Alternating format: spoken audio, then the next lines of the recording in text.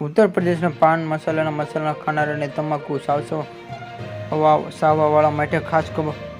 ખરાબ સમાચાર આવે છે કે મુખ્યમંત્રી યોગી આદિત્ય મોટો નિર્ણય લીધો છે અને તેમાં રાજ્યના મસાલા પાનમાં તમાકુ પ્રતિબંધ મૂકવાનો આદેશ આપ્યો છે કે જે આજથી 1 જૂન 2024 થી તાત્કાલિક અસર કરી અમલમાં આવ્યો છે અને હવે રાજ્યમાં પાન મસાલામાં તમાકુ વેચાણ ખરીદી સંગ્રહ નિર્માણ સપ્લાય પ્રતિબંધ રહેશે અને હુકમનો ભંગ કરનારનો કાર્યવાહી કરશે અને આગાહી કરવા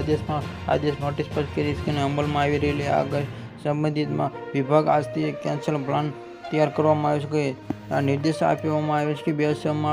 2006માં કરવામાં આવેલા કાયદા હેઠળ જોગવાયેલા મીડિયા રિપોર્ટ અનુસાર ફૂડ સેફ્ટીના કારણે આદેશમાં કહેવામાં આવ્યું છે કે ફૂડ સેફ્ટીના કારણે પ્રોપર્ટી અને સેફ્ટીના કારણે રેગ્યુલેટર 2011 અને